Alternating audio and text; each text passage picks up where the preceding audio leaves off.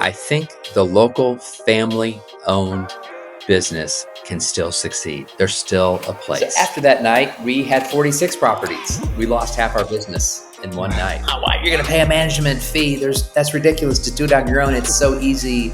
Passive income. It's not. It's a really hard job. We put those in the mail on November 27th, 2016. And that night, the fires of Gatlinburg came. Hey everyone, welcome to the Ankerpoint podcast. We love the vacation rental space, and our goal is to chat with people in the industry or with people who can add value to the industry and just pick their brain, hear their stories, and figure out how we can learn from their failures and successes. And today we have the privilege of chatting with Tom Goodwin, who's the owner of Mountain Laurel Chalets, based in Gatlinburg, Tennessee. And his company has been around for over 5 decades. So we have a lot of wisdom to unpack in a very short amount of time. So we'll do our best to ask the right questions, but and we'll figure out more about who he is and who Mountain Laurel Chalets is as a company. But the little that I do know is they have a strong reputation for service, friendliness, family, and giving back to the community. And one way that he's doing this is by starting his own podcast called For the Love of Gatlinburg, and we'll talk about that in just a little bit in more detail. But first of all, thanks for taking the time to chat with us, Tom. Glad to be here. Glad to be with you guys. Yeah. Like I said, you have poured into the community of Gatlinburg for a long time. How did you first end up in Gatlinburg? Well, I married into Gatlinburg. So my wife was born and raised in Gatlinburg, and her parents, Dot and Ralph Egley, moved to Gatlinburg in the 60s, early 60s, and may have been even the late 50s, but they started their business, Mountain Laurel Chalets, in 1972. And I married Susan in 1992. So the company was 20 years old at that time. And then just got involved as a family member and a homeowner, interested in hospitality. And I was not working for them. My wife and I didn't live in Gatlinburg. And so I definitely married into it. I'm very thankful for that and the legacy that has preceded us. And then in 2012, the family asked if I could kind of come in and right the ship. And after the recession of 2008, 2009, there was still just kind of stumbling along a little bit and needed to pick up some of the pace. And so I came in to give direction to the company, which I thought was going to be about 18 months, and took a leave of absence from my job and then kept the job. After 6 months, I was doing 2 jobs at the same time. A lot of What evenings. Industry was that, Tom? I worked in a religious nonprofit, so a global missions organization, and I headed up a lot of the marketing and branding initiatives. So I love marketing, and I just did it from a different angle, from the nonprofit religious side, which isn't really all that different from the heart of Mountain Laurel. Is we're very spiritual, we're very benevolent, caring to the community. We're definitely want to be a profit company. That's the goal. But to take a lot of those core values of nonprofit. So I came in 2012, and then by 2016 realized that this is a new career for me to finish off my contribution to the earth and my family and the community. And my wife and I now are the sole owners of Mountain Laurel Chalets, and family's still involved with some homes that they own. Her parents have passed away. And we are second generation and hoping and praying for third generation just to keep the legacy continuing. Yeah, that's incredible. It's really amazing when you look at the statistics of the vacation rental industry. Probably about 70% of all owners are under the 20 unit under management size. And then there's this segment of about 20% of owners who are between 20 and 100 units. But what are some of the problems that you've encountered with being in that bigger scale of rental managers? It's interesting because I see us as very mid-size. We have 89 properties right now. When I came into the business in 2012, we had 160 because we had 2 separate companies that were kind of sister companies working together. problem with that, about 40 of those houses and properties and owners were off-brand, were difficult to work with, were causing 80% of the difficulties, the maintenance, the complaints, and so forth. So in 6 months, we really gave ultimatums to owners that we need to improve your properties in order to maintain the Mountain Laurel brand that we were trying to preserve and protect, or we need to, you need to find another company. And so we, within 6 months, went down to about 120 properties. Wow. And but we gained about 60% in revenue because we were focusing That's on amazing. 120 better properties. We kind of got a lot of the difficult ones, we passed them on, and that relieved a lot of our employees. Wow. It increased our reviews and response and guest satisfaction. Mm-hmm. And that was in 2013. And by 2016, I would say the vacation rental market between 2012 and 2016, the introduction of Airbnb, VRBO really taking off, STRs, individual owners taking things, it really shook things up. So we went from 120 to about 97 properties. Were still remaining profitable, still scaling. And that 120 was my sweet spot, the desire that we wanted to get back to. But we were facing, how do we change? How do we adjust as a legacy vacation rental management company? Everyone says, why you're going to pay a management fee? That's ridiculous to do it on your own. It's so easy. Passive income. It's not. It's a really hard job. So as we were beginning to rebuild the business, and we did some beautiful marketing pieces, we put those in the mail on November 27th, 2016. And that night, the fires of Gatlinburg came. So it was like, I spent so much money on these beautiful marketing pieces going to people who didn't even know if they had a house. And so we were like, So after that night, we had 46 properties. We lost half our business in one night. Really? So I know what it's like to have plenty and not to have much at all, and walk us through that kind of, because that's obviously one of the biggest crisis moments of your business. Walk us through that, from waking up that next morning. Well, there was a lot of unknowns. It took about 7 or 10 days to really find out the status of all the properties and to know. But we really leaned into who we were as a company and who the family was and core values. We believe that family matters. We believe in exceeding expectations, and we believe we're generous stewards. So we defaulted to who we were, and we began to serve our owners, serve the community, serve the first responders, serve the National Guard. Our office was spared. We did it as a distribution center for meals, for bathrooms, for food. And Gatlinburg was basically virtually shut down for about 2.5 months. And so we were in triage, at that moment. And going through our minds was, we just need to take the next step and do the right thing. And in that time, we really began to increase our exposure on social media through FaceTime Lives and becoming a news source for our followership, increasing brand loyalty. People love Gatlinburg, and we found out that they really love our company, and they love all the experiences they had, and they wanted us to win.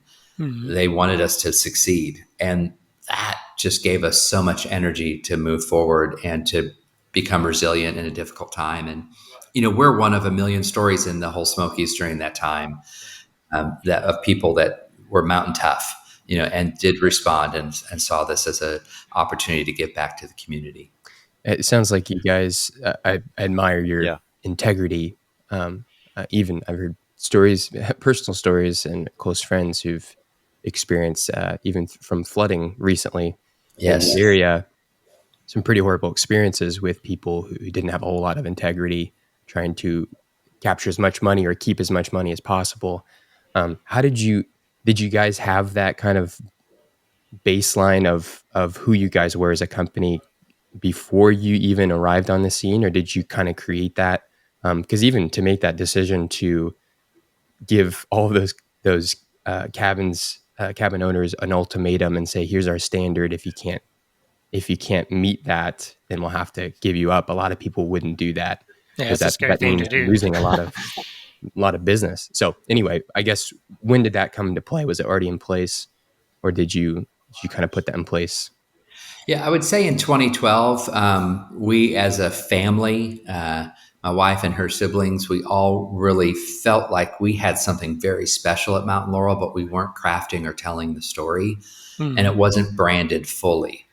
But there was such rich service and heritage and generosity. And so we entered into a deep dive on branding, and I hired Matchstick, which is a consulting company in Atlanta that does a lot of Chick-fil-A, a lot of national work, Chick-fil-A and Delta and so forth. Excellent firm. And we did extensive surveying of our owners, of former owners, of guests, of happy guests, of dissatisfied guests, of employees, and in that comprehensive surveying came up with some qualitative and quantitative discoveries that really shaped and formed our core values. And I said those quickly before, but from that time, we didn't create core values. We just mined them. We just discovered what they always had been. And they're really core values that are grounded by my wife's family and her parents and what they had just did naturally. They weren't the best business people. They were the best people to run a business. Yeah. And that showed through in spades. And so our three core values that we believe that family matters. Our guests are family. They're part of the Mountain Laurel Chalets family. Our employees, our owners. You have hard conversations with families. You believe the best in family, and you want to treasure your family. And so that's how we deal with relationships, even with vendors. Working with y'all and our on Brightside, the PMS. It's it's a partnership, and it's a part of our family culture. The other one is that we believe in exceeding expectations, and that's going above and beyond. And it's kind of a sacrificial sense of, I'm here to serve you. I'm here to give you surprise and delight, and go the extra mile when you might not expect that. And that's what my mother and father-in-law did in the Gatlinburg community. They exceeded expectations left and right. And the last one I think is very unique to us as a company, and is a representative of who we are, is that we believe we are generous stewards. So we are stewarding our community, the environment, the national park, our guests' hard-earned money for their vacation. We're stewarding their time. We're stewarding our owners' homes and caring for them. I'm stewarding employees and their families and their livelihoods. And a steward is given something that is not theirs, and the goal is to return it back to the owner better than it was. Mm-hmm. And so we want to look at every relationship we have, from a guest to an owner to employees to our partners, as being generous stewards. And I think generosity is, you can never lose by really living with the generosity mentality as opposed to a scarcity mentality. Mm-hmm. And scarcity leads to competitiveness and fear and pulling other people down. But generosity means, hey, let's have all the ships in the harbor rise, and we can all win, and it can be a win-win solution for people. So those core values came as we did our research and our surveying and our asking questions, and then we created scenarios of how those were played out for the 30 years the company had been, 40 years at that point in 2012. And we just began to see all these beautiful pictures, and we thought, we want to create these snapshots for the future of families, that what they experienced in the 70s with Mountain Laurel would be the same thing they would experience in the 2020s. Just had a couple in our office with a number 40 on both their shirts. They were celebrating their 40th anniversary. They come to our chalets 3-4 times a year, but they always come the first week of November for their anniversary. And they stay in one of our great houses. But they just kept sharing over and over about their experiences. And I thought, I am standing on the shoulders of my in-laws, who were forerunners and pioneers in this industry in the 70s, and really set the table for us with these core values. And all we did, Jacob, was discover what they were and craft them, tell the stories, put words to them, put beauty to that, and put values and how we do work. And it's just, that was so important to do to continue this legacy. And Tom, what do you've spoken about, the last 5 decades. what are some of the things you're most excited about for your own business, for the industry, for Gatlinburg? What are you excited about for the next 10 years? That's a great question, because our industry changes. It feels like every 3 months there's a new twist and a turn, and something to address and to pivot. I think what I'm excited about is that I think the local family-owned business can still succeed. There's still a place.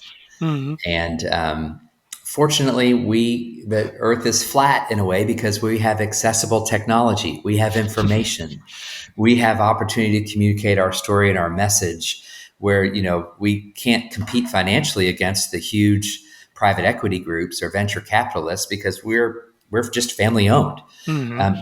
But there is a special place for those companies, and there are people that really want them to succeed.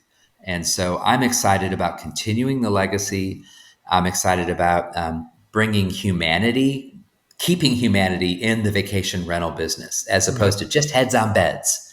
Yeah. It's really about the couple, Jeffrey and his wife, celebrating their 40th anniversary, who have come for 30 years to stay with us.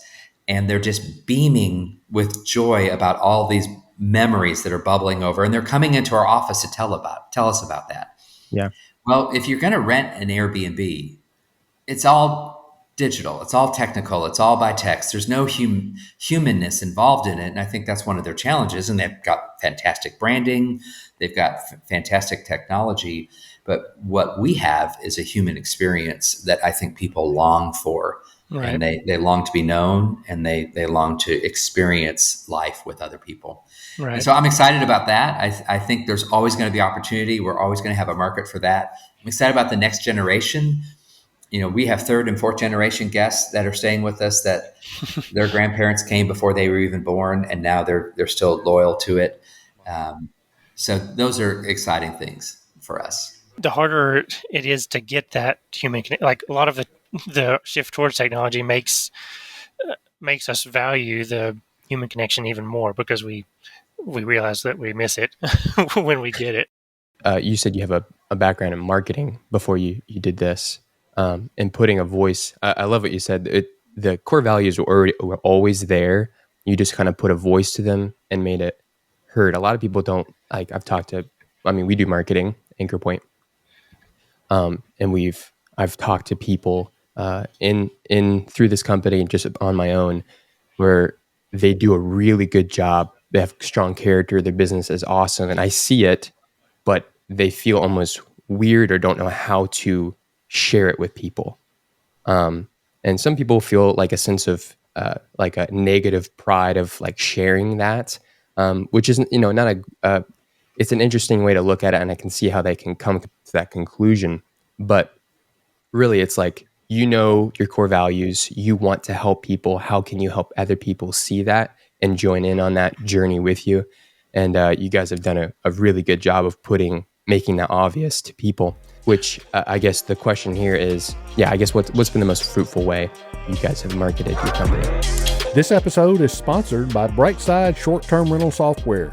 Do more, work less. Life is complicated. Your vacation rental software doesn't have to be. Let Brightside help reduce the stress in your life. Brightside eliminates painful double bookings. We list you on Google Vacation Rentals so you can receive more direct bookings. Keep more of your money and get your life back.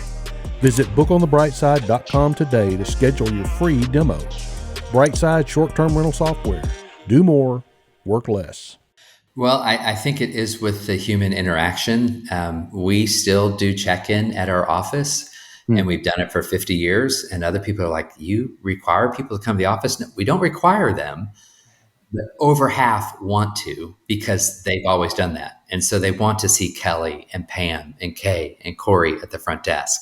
They want to interact with Scott. They want to see Tom, so there's that sense of human connectedness. And I do think our target audience is 40 plus families, 50, 55-year-old mother of the household who's coordinating a trip for her family. And that age bracket is on Facebook. So Facebook for us is our real focus. So in 2012, there was Instagram, there was Facebook, there was a couple other ones out there, but those are the ones that we would all remember. And our consultants were saying to us, you really got to choose one. You just can't just spread it out among all of them. So then we chose Facebook, and it was the demographic that we were going towards. And during the fires, we did a lot of Facebook Lives. So we gave people news, we gave them information, but it was unedited, it's live, it's raw. I was a radio television major when I went to college, so I have no fear of a microphone or a video. I've never met a microphone that I did call a friend. So it worked out well for what I could contribute. But I'm not polished. It doesn't have all the lights and things like that. But what it was human. And I think the feedback I've gotten is that people feel like they know us as a company because we created a sense of familial approachability. Yeah. So we do, I probably do 2 or 3 Facebook Lives a month, and they'll get a lot of responses, a lot of hits. And, we'll tag on a free t-shirt or a mug or a Yeti at the end, and people love, a $10 to $30 gift can just skyrocket your likes and your attraction. Yeah. Now, have all those resulted in bookings? People don't go on Facebook to make reservations for vacations. People go on Facebook to be connected. So we create the connection, and I believe that those then result in bookings. And so we're always looking for ways to market. We're on the verge of launching a podcast, which you all know about, which I think is a great opportunity to bring humanity and stories. And I hope and pray that this might be an incredible opportunity. And as I look back 5 years from now, I would look back and say, doing this podcast for the love of Gatlinburg was probably our best marketing strategy. So we'll see.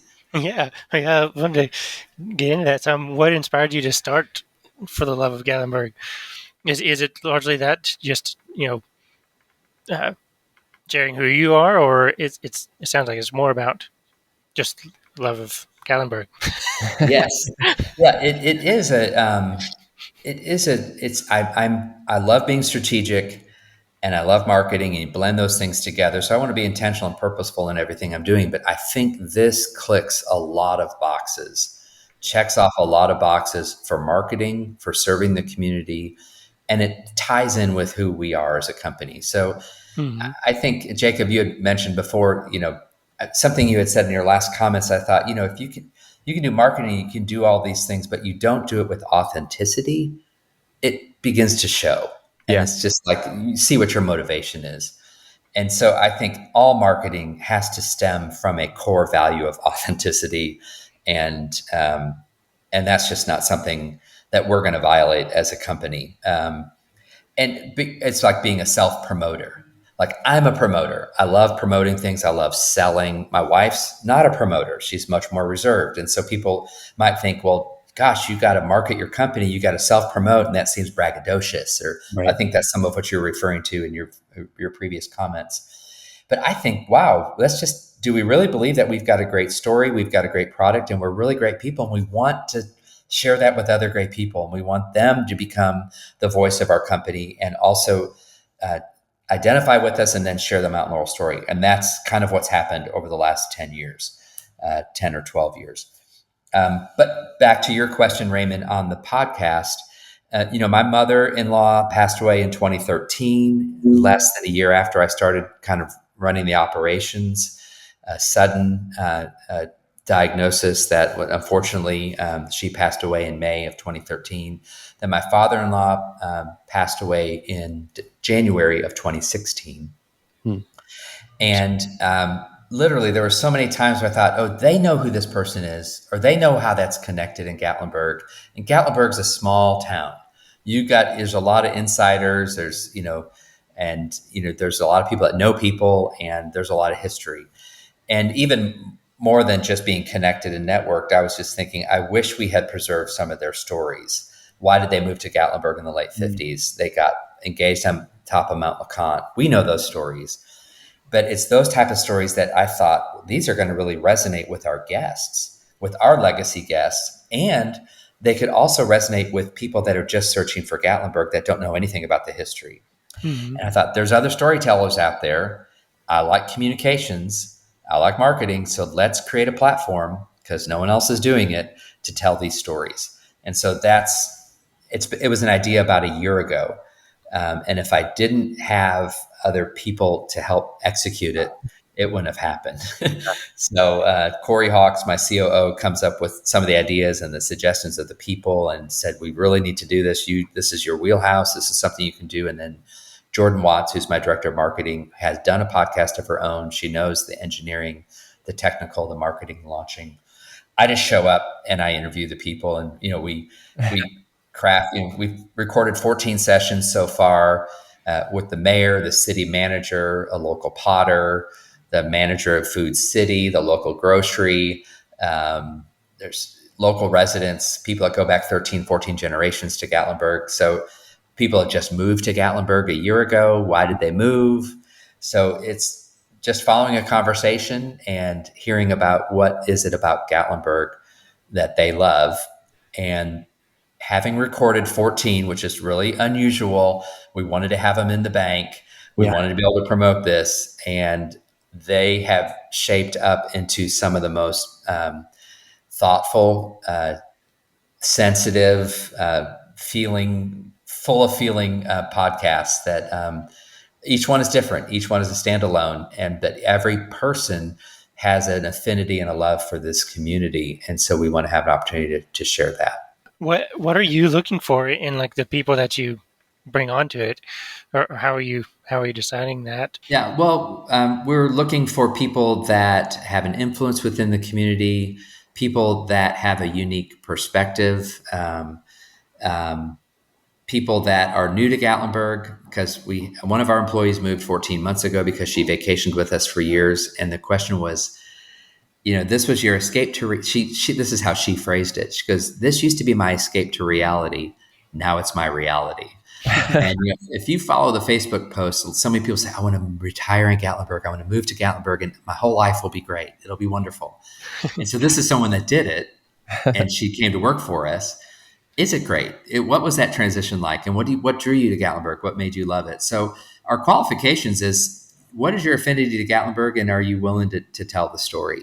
And and some of them say, I was one of the podcast recordings that we did was with Corey Wagner, who heads up one of the very large Facebook Gatlinburg groups. Mm-hmm. And he was like, "I'm not a communicator like this. I like writing and I like doing all these posts, but wow, this kind of got me nervous." It was such a great conversation with him, and got kind of getting over the nerves and stuff. But just to hear his story, and everyone has a story and a love. Not everyone has a story for Gatlinburg, but there are. I've got a long list of people to go into season 2, 3, 4, 5 that now are wanting to tell their story. And I think would be great to have as a platform. So, and I think you'll keep getting more too when because you said you have 14. I don't know exactly when we will release this episode. Hopefully soon or maybe before the 12th and promote it. But if not, you have more coming out. Actually, maybe I'll ask about the specifics, like the day it's coming out and stuff like that. But I guess I was going to say, the more people listen to this, the more you'll probably have introductions to new people or suggestions like, "Oh, this guy is always in this area. You would love to talk to," because we have somebody in Panama City Beach who's well known. Actually, I think he got on national news because he's always out in Panama City, and he's always sharing the gospel with people. And he made national news, and so I've always thought I'd love to share and hear his story. But stuff like that, people in the area who have been there for a long time or have done something to make an impact on the community, I think you'll just keep finding more and more as you dig deeper, which is just really cool. Yeah. So, think of all the different areas. Now, I don't know if y'all are familiar with Humans of New York. So it's an Instagram post. They've written coffee table books, and it's just fascinating stories of humans in New York, and they're one-page stories. And we got that coffee table book like 3 or 4 or 5 years ago for Christmas. And I thought, why not just think about people of Gatlinburg? And and so many people think of Gatlinburg as their second home. Probably a lot of people think of Panama City Beach as their second home. Yep. An unintended result of this is, I think every one of the local people that we have interviewed has said thank you so much for doing this. And then they tell me other people that I wish I should interview. Yeah. Just so glad you're capturing these stories. There's 4,000 people that live in Gatlinburg. And I think they want to hear these stories as well Yeah. about the people in their community, friends that they know. And I had no idea that person did this. Yeah. So I'm hopeful as we give back to the community, not only for tourists and legacy visitors, but it's also provides a morale boost to our community and the Gatlinburg community. Yeah. That's awesome. Tell us a little bit more about the specifics. Like when on the 12th, you're releasing 3 episodes, I believe, first 3 episodes. And then what's the regular cadence? How can people find it and what can they expect? Sure. Well, you can find it's For the Love of Gatlinburg. You can find it on your favorite podcast platform or on YouTube. Our website is fortheloveofgatlinburg.com. It launches November 12th with our first episode, and that is Mike Warner, the current mayor. He's been the mayor for a few decades. He shares kind of really intimately his journey through the fires and the most trying time of being mayor and giving leadership to the community. On that 12th, we also are launching our second and third episodes, just in case people are listening to the first one, they want to just hop right into the second and third. There's some opportunity for that. But we'll officially market and post the second podcast a little bit, I think, Saturday or Thursday after the November 14th.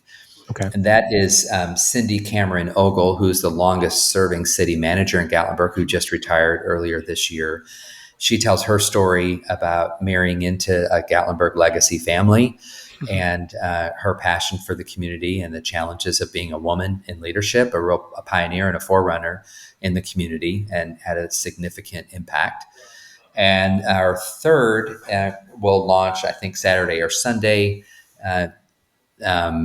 Would that be about November 18th or 19th, somewhere around there? Yeah. And that is with Chad Netherland, who's the current president and CEO of the Gatlinburg Chamber of Commerce and Conventions Visitors Bureau. Chad is a former or a current holder of more Ripley's Believe It or Not world records. I don't know the exact title of that, for strength. So Oh, wow. He's got some fun stories about that, but also how he fell in love with Gatlinburg as a child and visiting here, and then now is kind of the chief marketing convention visitors bureau chamber director, and shares a little bit more about his stories as well. And then we have 11 more weeks. Every Tuesday we'll drop a new episode. And I think what will happen is that the audience will grow, people will become more familiar with it. They'll probably, the thing about podcasts is that they kind of have an evergreen standard. You can go back and listen to the first episode, and these aren't really, they're not news related or time related. They are somewhat seasonal because we talk about the fall, or, where the pictures is, where we're doing the live video on YouTube, you can see the season, but the podcast is not restricted by date or news events. It's more of just these evergreen stories of Gatlinburg. That's exciting. That's awesome. Yeah, I'm looking forward to it. Yeah. I listened to the introduction, and like you said, you not shy in front of a microphone, or what was the phrase you said? You haven't met a microphone. Never met a microphone I didn't like, or something. And I've listened to a lot of podcasts. I love podcasts. I love audiobooks, and people, there's a lot of them out there that they just want to say something, and I think the storytelling element of it is missing in a lot of those. And sometimes or just the when you're with them, genuineness. Yeah. say it again, Ray. Or just the genuineness, like you're on there to give you a specific message, and that's the purpose of it. Yes, yeah, that is missing, and sometimes you don't even realize it because you hear so much content. There's no shortage of content, but then when you hear even the introduction podcast, I was hooked because you're a storyteller, and I wrote that in my notes. I'm like, I'm excited to hear. I don't even live in Gatlinburg. Of course, we have a lot of clients in the area, but I'm excited to hear that. It's gonna thank be you. great. Yeah. It's interesting when we were recording that first episode, and we did it from one take, beginning to end. But the first take actually Jordan was like, no, no, no, no. I'm looking out the window and I'm talking into a microphone and just looking out the window. She goes, no, this is too broadcasty. It's too, it's not your conversation. So she goes, turn your chair and look at me and tell me the story. It changed the whole tone. It changed the whole approach to it. So and that's why I love doing it live with my guest seated in a chair across from me, though, it's not that expedient because we have to do it in Gatlinburg, or they have to be in Gatlinburg in order to do the podcast. It's not as efficient. That's why we did so many recordings in 3 days. Yeah. But it really adds a conversational tone to it, which I think is important. But thanks for those comments, Jacob. Yeah, I'm excited. If people want to follow you, obviously the podcast, they can follow you there. But otherwise, how can people, book with you guys? Obviously, your website. How can people follow your guys' journey? Sure.